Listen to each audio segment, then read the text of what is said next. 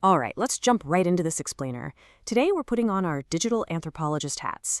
Our goal is to objectively unpack a dense, chaotic, and highly controversial internet manifesto from a blog known as Trilema, authored by Mircea Popescu.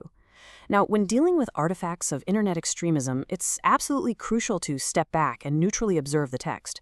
We want to understand exactly how these fringe online subcultures evolve and structure their worldviews.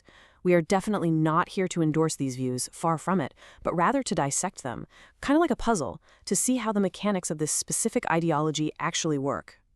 Now, you might be wondering, why even bother with some obscure, chaotic blog? Well, the site's analytics tell a really fascinating story. Despite the incredibly fringe, honestly alienating and extreme rhetoric we're about to get into, this platform wasn't just shouting into an empty void. It actually possessed a highly significant online reach. We're talking almost 19 million total visits over just a 6-month period. That is a staggering figure for a niche, highly ideological site.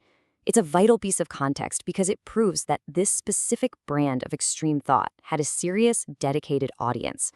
Grasping the sheer scale of this obscure worldview is exactly why it warrants our objective analysis today. To make sense of all these erratic arguments, we're breaking this explainer down into 4 main themes: the death of banking, the socialist collapse theory, societal decay, and finally, a return to the Dark Ages. All right, let's start with Section 1, the death of banking.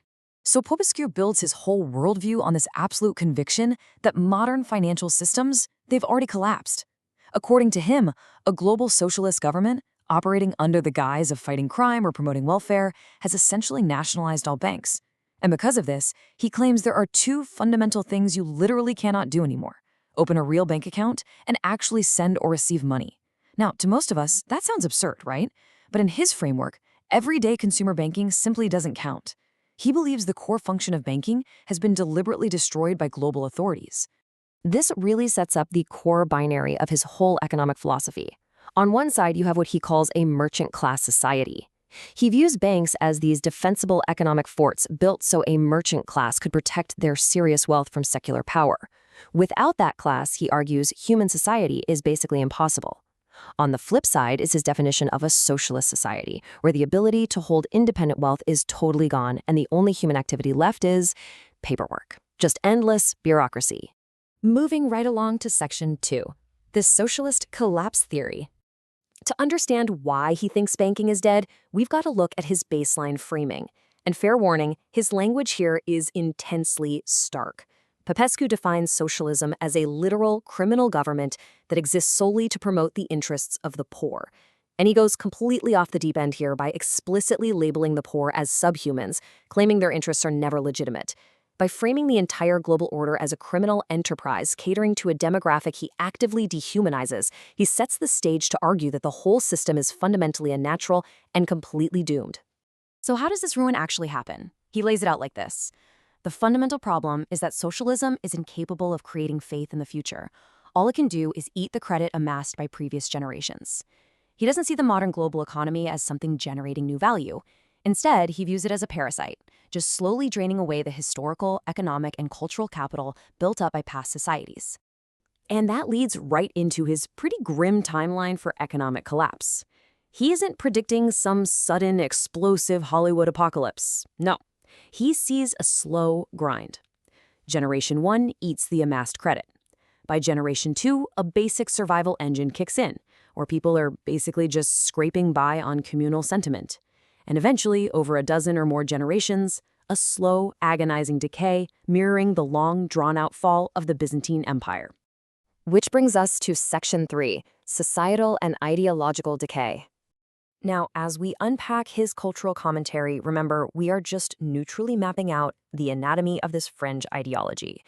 His view of societal decay is deeply tied to this rigid, overtly misogynistic dynamic. He claims modern governance is failing not because of some grand conspiracy, but because men are just inexplicably withdrawing from the world. And this, he argues, has left women behind to deal with public matters and arbitrary bureaucracy as best they can. And this isn't just a passing comment in one article. It is the foundational ethos of the entire site. The blog's actual tagline openly brags about repressing the female point of view every day since 2008. So in this specific subculture, extreme misogyny isn't hidden away, it's a primary feature, a badge proudly displayed to filter the audience and set the ideological tone right from the jump. This idea of decay bleeds right into his global geopolitics, which are heavily colored by blatant racism. When he talks about international power, specifically regarding China, he dismisses their standing entirely, using highly inflammatory language, claiming their power just stems from the usual orc white worship. We're presenting his exact words here to stay totally impartial, but it starkly reveals that his economic and political analysis is completely intertwined with his extreme racial prejudices. He takes it even further by arguing that non-white populations globally are basically just looking for acceptance in an imaginary 1800s England. He says that once the white man's approval market is permanently closed, due to the societal collapse we just talked about, these nations will be facing a massive reality check. It's a worldview anchored entirely in a fictionalized supremacist past. Finally, we hit Section 4, Return to the Dark Ages. When you combine the death of banking, that slow socialist collapse, and deep cultural decay, you arrive at his incredibly bleak forecast for the future. He believes society has reached a terminal decline. He writes, "Here's the thing with Dark Ages. As good as yesterday was, that's as good as tomorrow ever get, and that in the best of cases. For him, there is zero hope for reform, no cyclical rebirth.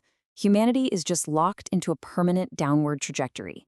What's really fascinating is that, unlike a lot of extreme manifestos that predict massive global wars to cleanse society, Popescu completely writes off the possibility of a traditional war. Why? Well, he thinks modern people, whom he calls dreamers, are just way too lazy, apathetic, and mentally disorganized to pull it off. He pictures millions of people just zombieing around decaying first-world infrastructure, totally incapable of mobilizing for a real fight. So, banking is dead, society is decaying, and everyone is too apathetic to fight. Where does that leave his followers? Well, in the comment section of the text, a user named F asks the million-dollar question. So what's the solution? And his reply? It's immediate, striking, and honestly terrifyingly brief. Just 2 words: mass evisceration. We'll just let the unvarnished extremism speak for itself there. When pushed for a real remedy to this super elaborate theory of slow global collapse, the pseudo-intellectual mask falls completely off, revealing a core foundation of raw, apocalyptic violence. Which brings us to the big takeaway. Why do we even study this stuff? How do these artifacts of internet extremism help us understand fringe subcultures? By breaking this down step by step, we see how complex, totally flawed economic theories get braided together with overt bigotry and apocalyptic fatalism to build these insulated digital echo chambers. And remembering that the specific brand of rhetoric attracted millions of views, that's exactly why we have to understand it. It leaves us with a pretty provocative question. As the internet keeps fracturing, how many more of these isolated extreme historical artifacts are being written right now? Thanks for joining me on this explainer, and keep that curiosity sharp.